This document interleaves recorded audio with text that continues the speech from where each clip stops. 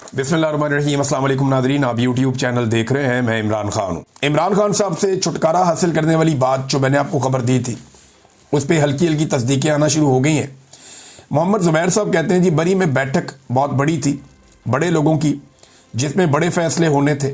वो समझ रहे थे कि 2 दिन की बात होगी, दफना देंगे तो बात ख़त्म हो जाएगी। इमरान खान का मामला भुट्टो से मुख्तलिफ है। उसके साथ जो आप सलूक करने जा रहे हैं और जो आपकी ख्वाहिश है कि इमरान खान को ठिकाने लगाना है, इसकी कीमत पाकिस्तान को भी देना पड़ेगी।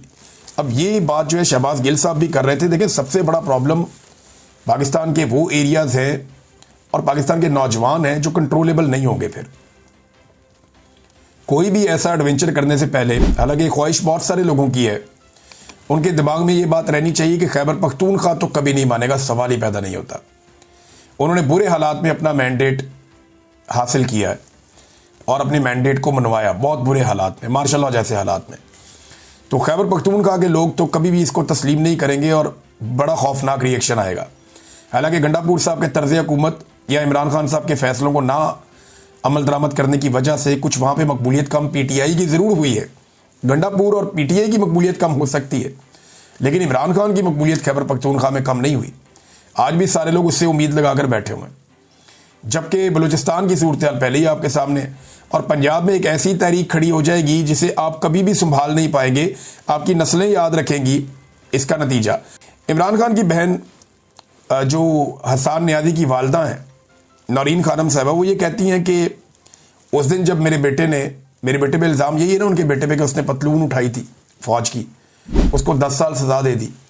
तो वहाँ पे कदीर नाम का बच्चा था, नौजवान, उसके सर में गोली मारी गई थी, उसका भेजा बाहर आ गया था, जिसके रिएक्शन में लोगों ने वहाँ पे ये किया।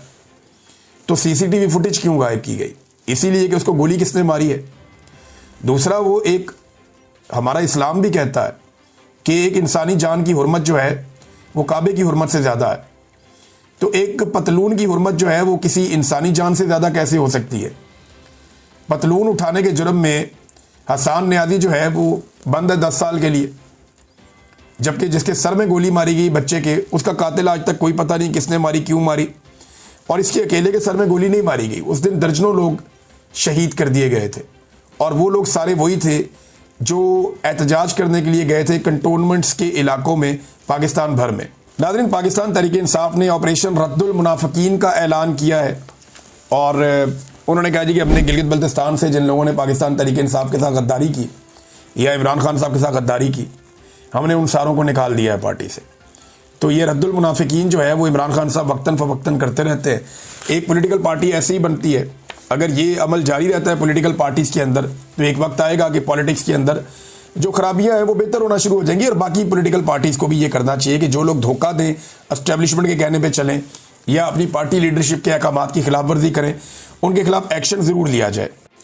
अब ये इसके अंदर जो एक रिपोर्ट आई थी, वो रिपोर्ट ये बता रही थी कि इन कीमतों को बढ़ाने से जो चीनी का माफिया है उन्होंने खामोशी से 300 अरब कमाया था।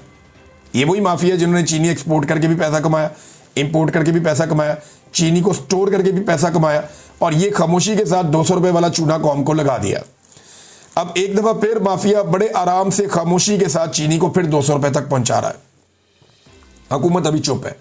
हम पहले से खबरदार कर रहे हैं, गुज़िश्ता चंद दिनों से चीनी की कीमत फिर से ऊपर जा रही है आहिस्ता आहिस्ता। जैसे ही इन्हें पता चला कि गन्ने की फसल तबाह हुई है, इन्होंने चीनी की कीमत बढ़ाना शुरू कर दी है। और जो बाहर से चीनी आनी है उसके आने का वक्त भी अभी बाकी है, लिहाजा ये चीनी की कीमत लगातार बढ़ा रहे हैं। और पाकिस्तानियों के साथ ये हुआ जब से इमरान खान साहब की हुकूमत गिरी है, उस दिन से लेकर अब तक, क्योंकि देखें सब लोग ये दावा करते हैं कि मईशत में इन्होंने कमाल कर दिया, मईशत में ये कर दिया, मईशत में वो कर दिया। तो एक सादा फिगर मैं आपको देता हूं और ये साइंटिफिक फिगर है, ये आपको बड़े आराम से बता देगा कि पाकिस्तानियों के साथ हुआ क्या है। जब से इमरान खान साहब की हुकूमत गिरी है उस वक्त से लेकर अब तक, आज के दिन तक, हर पाकिस्तानी की जो कुव्वत खरीद है, चीज़ें खरीदने की जो कुव्वत है, वो 58% कम हो गई है।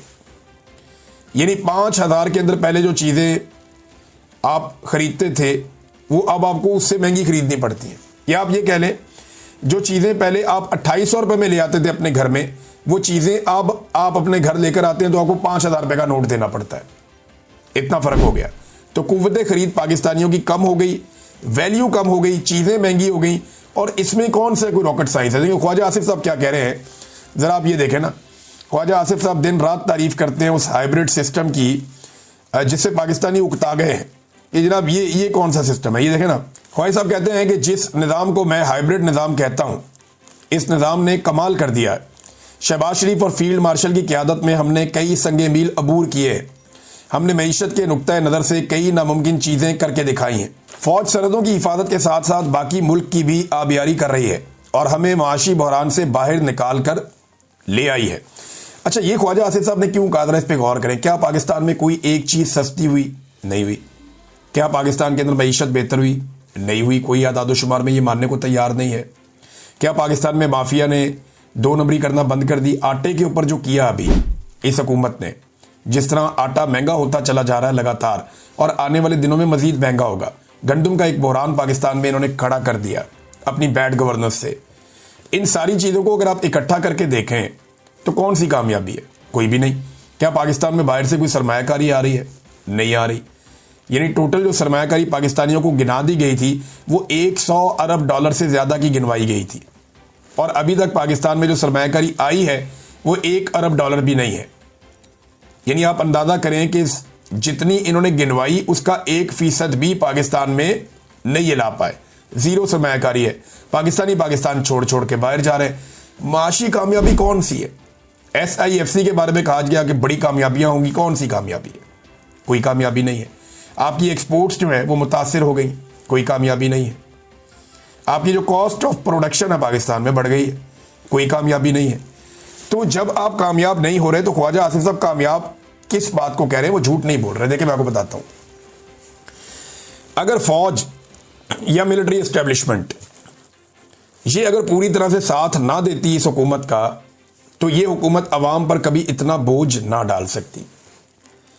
इन्होंने ये जो कहा ना कि हम डिफॉल्ट से बच गए, तो उससे बचने के लिए इन्होंने सारा का सारा बोझ आम आदमी पे शिफ्ट कर दिया।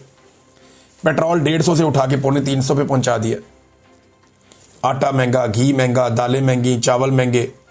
तमाम सब्सिडीज और सहूलियात जो पाकिस्तानियों को दी जाती थी उनमें से मैक्सिमम या लगभग सारी इन्होंने ख़त्म कर दी।